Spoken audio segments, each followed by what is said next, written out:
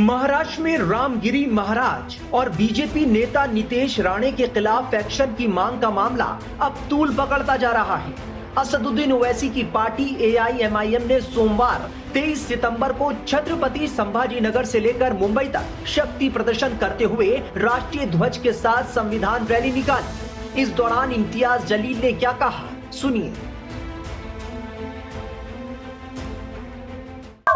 देखिए, मैंने वादा किया था कि मैं मुंबई तक आऊंगा। मैं मुंबई आ चुका हूँ और मुख्यमंत्री एकनाथ शिंदे साहब का जो जिला है वहाँ पर आया हूँ। मुझसे कहा गया था कि तुम नहीं आ सकते हो, मैं अल्हम्दुलिल्लाह बहुत तादाद के साथ आया हूँ। AIMIM के चलो मुंबई अभियान में पूरे महाराष्ट्र से पार्टी के नेता और समर्थक मुंबई पहुंचे थे। वहीं वारिस पठान ने अपने सोशल मीडिया हैंडल X पर एक वीडियो पोस्ट कर कहा, सरों के समुंदर का सैलाब उमड़ आया आज। मुंबई में अपने हुजूर मोहम्मद मुस्तफा सल्लल्लाहु अलैहि वसल्लम की मोहब्बत में छत्रपति संभाजीनगर के पूर्व सांसद इम्तियाज जलील और पार्टी नेता वारिस पठान की अगुवाई में ये यात्रा निकाली गई थी। इस रैली में लोगों की काफी भीड़ जुटी, जिस वजह से मुंबई के कई इलाकों में जाम देखने को मिला। पिछले 11 सितंबर को इम्तियाज जलील ने 23 सितंबर को चलो मुंबई अभियान का ऐलान किया था। सुनिए उस दौरान उन्होंने क्या कुछ कहा था।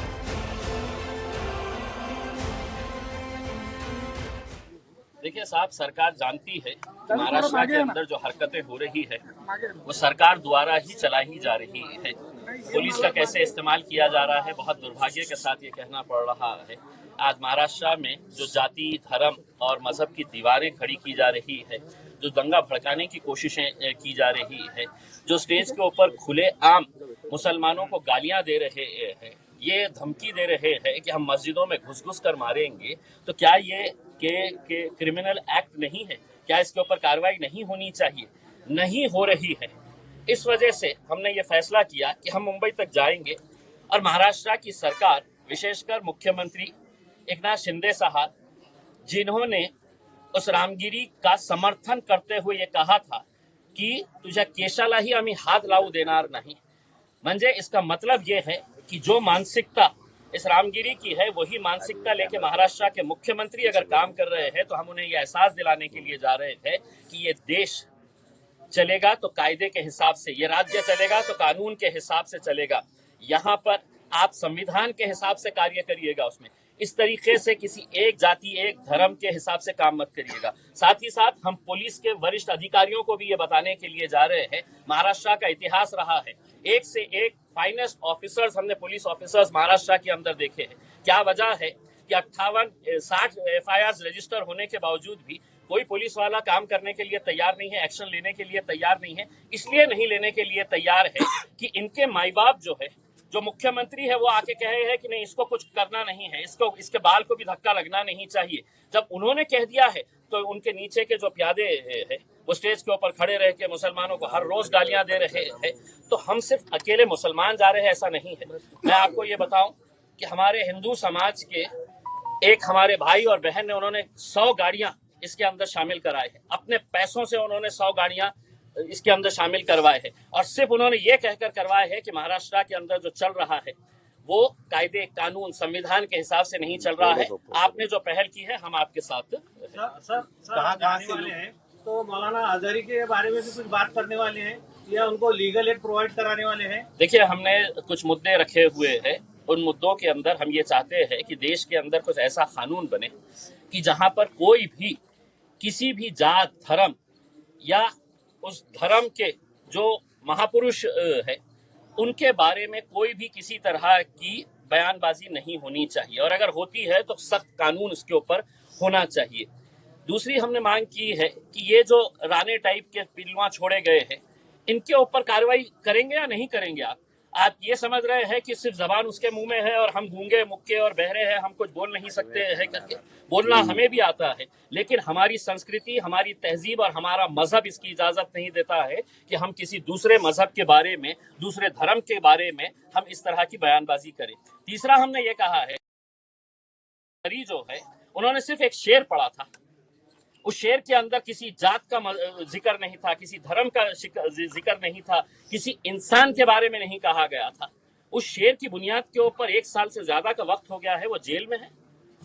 तो क्या इस तरह का कानून चलता रहेगा साहब कि जिसको जो बोलने की इजाजत हमने दिए है तुम बोलो, हम कुछ नहीं करेंगे, और खास लोगों ने अगर जरा से अभी कुछ कर दे, हम मुंह भी कर दे ले, तो हमारे पीछे पड़ जाएंगे, और वो खुलेआम नंगा नाच कर रहे हैं, उसके ऊपर कोई कार्रवाई नहीं करेंगे। तो हम चले हैं मुंबई की तरफ, जाके तो संविधान देंगे, उन्हें याद दिलाएंगे कि साहब इससे कब देश चलेगा। कहाँ से लोग आपकी इस रैली में तब मुझे नहीं पता है, लेकिन मैंने पहली मर्तबा ये कहा था कि महाराष्ट्र के इतिहास के अंदर इतनी बड़ी रैली नहीं होगी करके। आप नासिक के बाद देखेंगे, मैं यकीन के साथ कह सकता हूँ कि हिंदुस्तान की तारीख के अंदर इतनी बड़ी रैली नहीं निकली होगी जो आज आपको देखने। नीतीश राणे के जिस बयान को लेकर बवाल मचा है, उस पर खुद नीतीश राणे का क्या कहना है, सुनिए। हमको ये स्टेटमेंट क्यों देनी पड़ी, इस बारे में थोड़ा सोचना चाहिए, थोड़ी मालूमात लेनी चाहिए। जब से हमारे महंत रामगिरी महाराज जी ने एक स्टेटमेंट दी है, उसके बाद जो व्यक्ति ने उस स्टेटमेंट का समर्थन किया है, जो व्यक्ति ने उनके स्टेटमेंट का व्हाट्सएप स्टेटस रखा है, उनके घर पे जाके उनको मार डालने की धमकी दी जा रही है। पूना में पिछले हफ्ते पूना जिलाधिकारी कलेक्टर ऑफिस के बाहर एक मोर्चा निकाला गया, और वो मोर्चे में रामगिरी महाराज जी को धमकाया गया और सर तन से जुदा इस तरीके की घोषणाएं दी गई।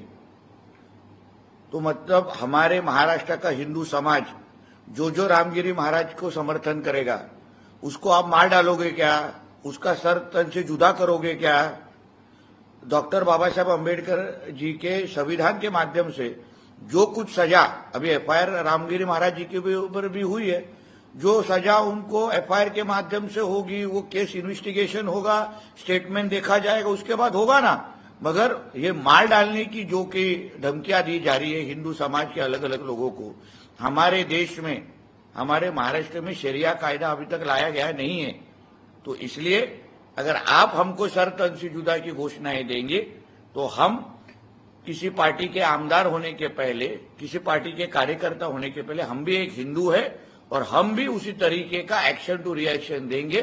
उसी तरीके, वही तरीके का संदेश कल हमने हमारे मोर्चा और हमारे सभा के माध्यम से दिया है। आपका गब्बर वाला स्टेटमेंट भी आया हो नहीं, क्योंकि महाराष्ट्र में रहने वाला जो हिंदू समाज, उसको जो अलग अलग तरीके से डराया जा रहा है, उस परिस्थिति को देखते हुए हमारा हिंदू समाज भी किसी से डरता नहीं। हम भी हिंदू समाज के साथ में हैं। हमारे तरफ कोई गलत नजर से देखेगा तो हम भी चुप बैठेंगे नहीं, और उसी को नजर में रखते हुए मैंने वो गब्बर का स्टेटमेंट मैंने दिया। एआईएमआईएम नेता इम्तियाज जलील ने पूर्व केंद्रीय मंत्री नारायण राणे के बेटे और बीजेपी नेता नीतीश राणे के खिलाफ कार्रवाई की मांग की है। इसके अलावा हिंदू संत रामगिरी महाराज के खिलाफ भी कार्रवाई की मांग की गई है। एआईएमआईएम का कहना है कि महाराष्ट्र के मुख्यमंत्री और डीजीपी मामले का संज्ञान लेकर तत्काल उचित कार्रवाई करें, संविधान का पालन करें। सितंबर की शुरुआत में अहमदनगर में रामगिरी महाराज के समर्थन में मोर्चा निकाला गया था। इस मोर्चे के बाद एक सभा का आयोजन किया गया, जिसमें बीजेपी विधायक नीतीश राणे शामिल हुए थे। इस सभा के दौरान राणे ने कहा था कि ज्यादा नहीं, सिर्फ 24 घंटे के लिए पुलिस कर्मियों को छुट्टी दे दी जाए। इसके बाद हम अपनी ताकत दिखा देंगे, हम उन्हें ये एहसास दिला देंगे कि हम में कितना दम है। फिलहाल इस पूरे मामले से महाराष्ट्र की सियासत गरमाई हुई है और एआईएमआईएम इस मामले को मुद्दा बनाए हुए है।